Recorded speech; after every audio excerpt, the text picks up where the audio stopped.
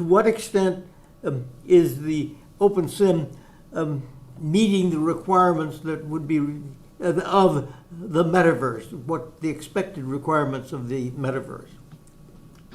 Well, my feeling on it is that there's people making honest efforts to meet that, but OpenSim is not meeting it completely as of yet, but there are strides being made. And what makes me believe that is because there's people, for instance, Hyacinth is her name, who's working on the web-based browser in a world, and she's trying to connect them together with the OpenSim so that you can teleport actually from the OpenSim over to her web-based browser. At the same time, if you were in a web-based browser like Chrome or Explorer or something, and you accessed her grid on that, you would then be able to teleport from there into the OpenSim. Also, with the virtual reality goggles, what was her name? Cutilla or whatever her name is. I can't actually remember what her exact name is. She's creating a 3D version that will be compatible, where people can actually come as we are right now with our Firestorm or Singularity or SceneGate, and go and experience her Sims, and at the same time somebody can log in with using the Oculus and get an even better experience. So I think we're making strides. Then there's also places like Facebook. We don't think of Facebook as being a part of that, but it is in a reality, because we spend a lot of time over in these media platforms, and you get people doing their advertising over there. And it would be interesting to see if somebody would look at that and see, is there a way that we could get something in the way of like a gaming kind of interface going on, like they already have for these stupid farm games and pool games or what have you, but a place where you could click in and you could then connect to OpenSim, maybe through a web browser like what Hyacinth and some other people are working on, and this would connect this all together. So that's my feeling on it. Like I said, I believe that we're working towards it, but we're not completely there yet. But you've cited a good deal of progress. Yeah, go ahead, Lisa. Yeah, well, I think one of the important aspects that you brought up in some of your words, both of you, is really about how do we define what the metaverse is? Because without agreed upon definition, you don't really know what the requirements are to be in that space. And so this is really the bulk of conversation that's happening at the company level with in higher organizations, whether you're Microsoft, Facebook, or Infinite Metaverse, or Will Burns' definition of the modern metaverse, which is he's one of our advisors. But go back and let's decide what is the metaverse. And if you look at the Oxford Dictionary definition, it's a virtual reality space in which users can interact with a computer-generated environment and other users. Now, that's really broad. It does fit, but there's a key thing there is 3D. 3D is an important specification of the metaverse, no matter how you define it. Now, back in the early years, prior to Second Life and some of the others, the agreed-upon definition of the metaverse was that it is all-encompassing of various 3D universes, and those 3D universes, Second Life is a universe, Active Worlds is a universe, and so on. Whether these platforms had interactivity or not was irrelevant. And now, at that time, they were all closed garden. There was no such thing as the hypergrid like we have here in the OpenSimulator community. So I like to call what we have here is not an OpenSimulator universe, it's a hyperverse, right? Because we can jump via the hypergrid protocol from grid to grid. So we already are ahead of the game on that in terms of interactivity. However, you have a lack of standards protocols that allows other applications like HTML5, which is, the browser-based web solutions for 3D, and the different 3D format standards. Collada is more of a pseudo-standard. It is going away. It will be replaced eventually. But there's also an industry standard format that works in every application like SolidWorks, 3ds Max, and so on, that is X3D. That is still the only ISO approved standard globally. We need to advance our viewer software and our server software to more towards industry standard. And even Facebook has recently made a change where they bought Oculus. They are no longer keeping that proprietary in terms of its API interface. They have removed that proprietary API requirement and are moving towards the OpenXR standard. So that's how we get there. That's how we come to a more complete metaverse, or an infinite metaverse is the way I like to talk about that. So that's really key, is understanding the definition. Some of the people today, like Zuckerberg, are trying to redefine that definition and saying that the collective metaverses can make up the virtual universe, and it doesn't have to be 3D. It can also include TD. I disagree with that point. Metaverse should be 3D, period. You cannot have a virtual interactive space without at least 3 dimensions. So, I'm pissed off at Zuckerberg right now. He's got me in jail again. Ha. yeah, I read. But I understand why Zuckerberg is making that point, because he is the Facebook guy. He is all about the 2D, and he's trying to shape what they call a metaverse company to include his little Facebook 3D application. I forget what it's called. It is very cartoony. And for me, while I applaud all the different 3D web worlds and stuff like that, if it does not have a level of realism that I can get in OpenSimulator, I'm not interested. Just as a user. That's just me. It depends on your purpose for why you want to be in the metaverse, what you want to get out of the metaverse, and understanding the definition. I disagree with Zuckerberg's definition, where a collection of metaverses make up the virtual universe. And what I do agree with is the more traditional or conventional, which says a collection of virtual universes make up the metaverse. Mm-hmm. Does that make sense? Yeah. So, Yeah, yep. So, you've identified, well, actually a fairly small number of things that need to be added. And it occurred to me, one of the things we've really overlooked is when you mentioned the integration of the web, the World Wide Web, which is one of the things he did. Of course, we've had that for years. We have posters all over the place displaying pages from the World Wide Web. Yes. So now that actually, we also use it the other way. We actually, many of us post on Facebook in one way or another. We take pictures and move them into Facebook or other social media. So actually, we're interacting in that sense. We have long been interacting in that sense with them. As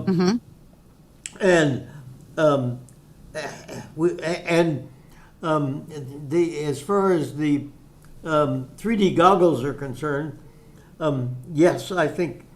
I think his view has substantially changed, because he's realized that 3D goggles are not going to be the be-all and end-all. And in fact, we are only going to use those goggles when they serve a purpose.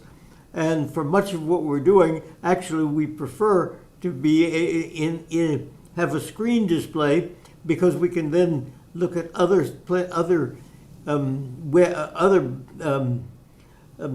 pages on our screen, including various places in the World Wide Web.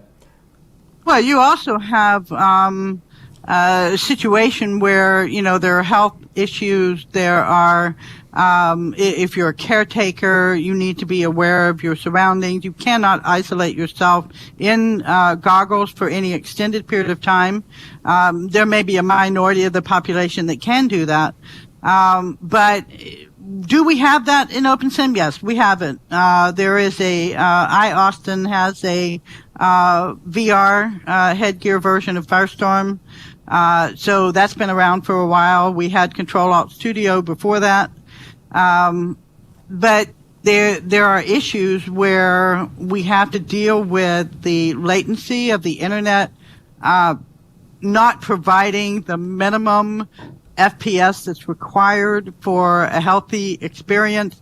We also have a growing evidence that shows it is dangerous for children whose brains are still developing, especially age 12 and under. So this is a big issue. You can't just ignore all of these things, that 40% of users of internet real-time applications, VR headgear, are experiencing disorientation, nausea, etc. You certainly can't ignore the growing base of evidence on health issues that can cause damage to the brain's development in children. So I don't think that VR is, everybody thinks it's headgear. It's not. We have desktop VR, which is what we use. We have used it for many, many years. But the key component is social. And social virtual reality is, in fact, what evolved to eventually become Second Life and later on OpenSimulator. But it is not the be-all, end-all. And if you look at Wikipedia, which is not always super accurate, but it has some very good definitions on it, it says that the metaverse is a collection of virtual shared space, including the sum of all virtual worlds and the internet. It may contain derivatives or copies of the real world, what we call mirrored world, but it is distinct from augmented reality. So while there may be people wanting to move AR and mixed reality like HoloLens, etc., into the metaverse, once again, this definition still says it's the sum of all virtual worlds and the internet. If that's the case, then we have to say, all right, the internet can be have a tie into the 3D spaces, but it is not a 3D internet. We don't have that yet, and I don't know if we ever will. But I think that's probably what companies like Microsoft and Facebook are moving towards. For me, I'm all about the social. It's about the social component in the 3D worlds. It's not just entertainment. It's not just gaming. It's not just education. It's not just dancing. It's not just shopping. It is all-encompassing, and it can include remote workspaces, remote collaborative spaces. And that's where OpenSimulator really shines, because it does have the tools to be able to do that. I don't need to use an external 3D application to interact with or create or build within the virtual worlds, and I can see what others are doing. I can collaborate with them. That's really the defining factor for how does OpenSimulator fit into that metaverse. I say that if we have a metaverse, and all the virtual universes are all these different closed grid platforms, and then our platform is unique in that we are a hyperverse. Yeah, well, and also, one of the things I would like to point out is, because I certainly want to agree with you about the importance of social activity, and in fact, often the definition as given of the metaverse omits that, except for the bare mention that people interact together. Well, actually, I would like to suggest that we don't really have any really important or interesting metaverse until people are interacting with each other. Right. It is the people behind it. It's the creators. You're right. It's what we can do. And so I'm illustrating this in taking this video, in getting this video. We are, of course, widely separated. I don't know where we all live, and it doesn't matter because where we live is in OpenSim. And we know how to get together in OpenSim, and we do. We have a scheduled time to get together. And this, we are illustrating, and that's one reason why I want to take videos, we are illustrating the effectiveness of social interaction in the metaverse. Mm-hmm. And totally agree with that. And I believe that if we want to go back to our question, is OpenSimulator ready for the complete metaverse? Is there more work to be done? How far are we? I go back to number one, the definition. First, we have to all agree on what that definition is before we can really stipulate what the requirements would be. And from that, we can then grow. But I think we are probably closer than anyone else is to a modern metaverse because we have the ability to engage in a hyperverse. I know personally myself, I can stand up out of this chair and I can walk over here.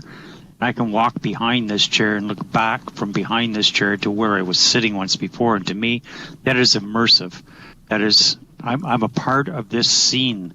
I'm not just a static thing. I'm not a pointer on the screen. I'm an actually entity in here that can actually interact with my surroundings. And I can, as you pointed out, Shell, I can communicate with other people here at this meeting. Mm-hmm. To me, that's really important. And I use Hyacinth. I use her name only because I know her. Mm-hmm. And I know that there's her and plenty of other people who are working on this web browser based. I know that her personally, she's working on this aspect of being able to bring them from the web browser into OpenSim and vice versa, from the OpenSim over into the web base, so they can visit, they can cross. And I think that when she gets that under wraps, or if somebody else gets it under wraps, I think this is an important thing for places like these platforms, like Facebook or any of these other platforms where people are spending most of their time right now. They can sit there for 2 hours and play Farmland, or they can play this or play that, where it's just a pointer. But how about if you were to click on a certain thing, and the app took you into this immersive world through a built-in app within a platform like Facebook. And yes, it is browser-based, but then you can TP from there. You can come right into OpenSim. You know, to me, that's kind of tying it together when you can bring all the platforms together into one area. Yeah. Hence the concept of the infinite metaverse that we began. But one thing I want to point out is all of us here, we get together once a week. We may talk about things that we're having an issue with, or reporting bugs, or asking questions, talk about projects we're collaborating on, that other people are working on to make each other aware of them. This is the real world tie that we are experiencing within this 3D environment. And for those of us who have been within the metaverse all these years, this platform is over 15 years old. Second Life is maybe a year or two older. Active Worlds is even older than that. And there are a number of platform technologies that I could quote. Now, the web-based 3D virtual worlds have some technical limits that don't make it attractive to me. But I know that I can work within the OpenSimulator Hyperverse, and I can work with other people. I can do other things. I got a message earlier today. Somebody sent me a message from another grid, said, "Hey, Shalyn, do you have a beaver?" Excuse me? Yeah, well, she's talking about the animal. Yeah. She's I talking about figured, an but object. still, I'm sorry. The Right. 12-year-old boy in me had to giggle. Still, Yeah. still, what you're saying there, Shell, kind of reminds me back to the old days of the BBSs when you only have one person that could call up to your BBS at a time. Right. It's the same thing. That yes, we're in our infancy still, even though we're over 15 years old. We're 20 years old. This technology, we are still in our infancy, and I do see it growing, Yes. and I do see a time coming when everything will be tied together.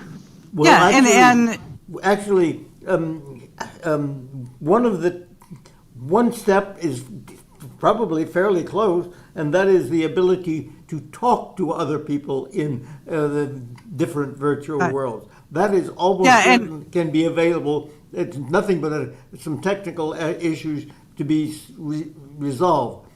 before- exactly. And Go ahead. And the other point that I was going to make about what she asked for, she needed it for some sim that she's working on, and I said, "Well, I got a raccoon. How about a raccoon?" She said, "Oh, that'll work. That would be great." So I sent her a raccoon, and she said, "How many digis do you need?" She offered to pay me as part of the supporting economy, and I told her, I said, "Don't sweat it. It's a freebie. Enjoy." But there are people who have the opportunity to engage in the virtual economy, and I think we're going to grow that prospect with some technology evolution that we're working on.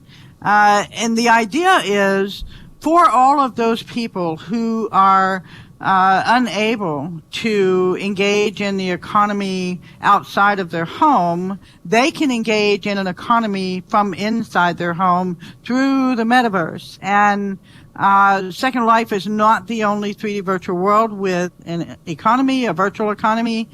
There were others before them, and there are still others within even the OpenSimulator Hyperverse. We have Second virtual Life. economy. Second Life was just a project that Philip started to prove to a board of members that a profit could actually be made by using the economy. Right, and I think there's a lot of things lacking, and that's why we're working on some new technology solutions, because I would like for people who are otherwise isolated and unable to participate in the offline or off-world economy, they would be able to engage within the in-world economy. And that helps reduce dependence on others. It helps improve the quality of life, and I think all of that is good. This is social tech for good. That's one of the things you can say about OpenSimulator. Even in its infancy, it still has a different vibe than the commercial equivalents, whether it's Second Life or whoever. Where Facebook, for example, they make money on ads. Google makes money on ads. So their entrances into the metaverse have always been with that in mind. How do they incorporate how they make money into this new environment? And certainly that is Zuckerberg's motivation. I've read several of his articles attracting new investors by claiming to be becoming a metaverse company. I think he's grabbing onto a buzzword and not really the true definition of a metaverse. You don't have a bunch of metaverses that make up the virtual universe like he believes. And that 2D can be a part of that. I believe that 2D can be an extension for promotion, for sharing, and a place where people can come from 2D into 3D. So come from outside the metaverse into the 3D metaverse. And we're looking at browser-based solutions. They exist right now. They're cost prohibitive in one sense, but we also see that Microsoft just the other day released the information about what it's going to cost for Windows as a service, where you just connect with a computer that is browser HTML5 capable to virtual windows, right? And that pricing is not outlandish, but it's certainly for the majority of people who engage in the metaverse, they don't have the income to really support that kind of thing. And so coming up with a browser solution that is not cost prohibitive is certainly something I want to do. And I've been watching what Hyacinth has been engaged in. So we do a lot of testing. We do a lot of research. That's what this grid is all about, supporting R&D. Okay. Is there anything we would like to say to wind up this discussion? I think it's been a very useful discussion.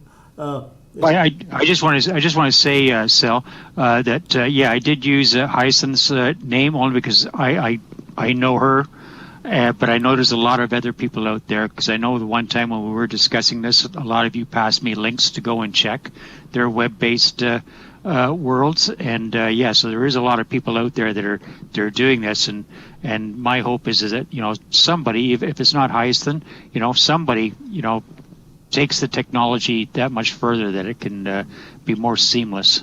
Well, actually, I've been point out that I'm working with two web worlds, virtual worlds running in the browser, and one of the features we already have is we can convert ORs from OpenSim. We can convert them to web pages.